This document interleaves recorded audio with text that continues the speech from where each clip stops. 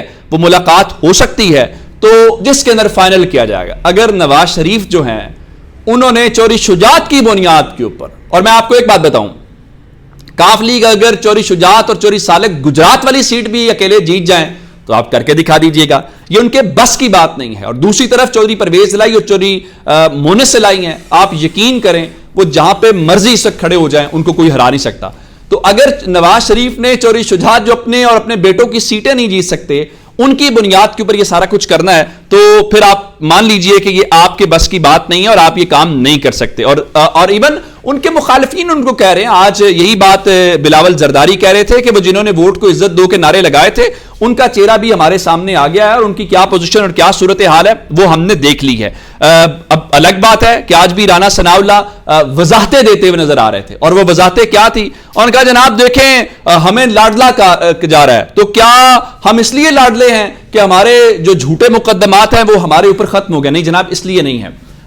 جس طریقے سے آپ کے مقدمات ختم کیے گئے ہیں، جس طریقے سے آپ کو یہ سب کچھ انٹرٹین کیا گیا ہے، یعنی جس طریقے سے اسلام آباد ہائی کورٹ نے نواز شریف کے کیسز ختم کیے ہیں، تو جس طرح سے ان کو ریلیف دیا ہے، کیا ایسے کسی کو ریلیف ملتا ہے؟ قلم توڑ جو ہے وہ ہو اور پھر اس میں یہ کہا جائے کہ جو ریلیف یا سب کچھ نواز شریف کو دیا گیا ہے اور وہ آئندہ کسی کو نہیں ملے گا، تو میرے خیال سے پھر سوال تو اٹھیں گے. اور پھر اب وہ 21 تاریخ کو اسلام آباد ہائی کورٹ میں کیس لگا ہوا ہے، سب کو پتا ہے کیا ہونا ہے، نواز شریف کو بری کیا جانا ہے، پھر آپ لاڈلے تو ہوئے نا. تو اب تک کے اپڈیٹ سے اپنا بہت سا خیال رکھیے گا. خدا حافظ.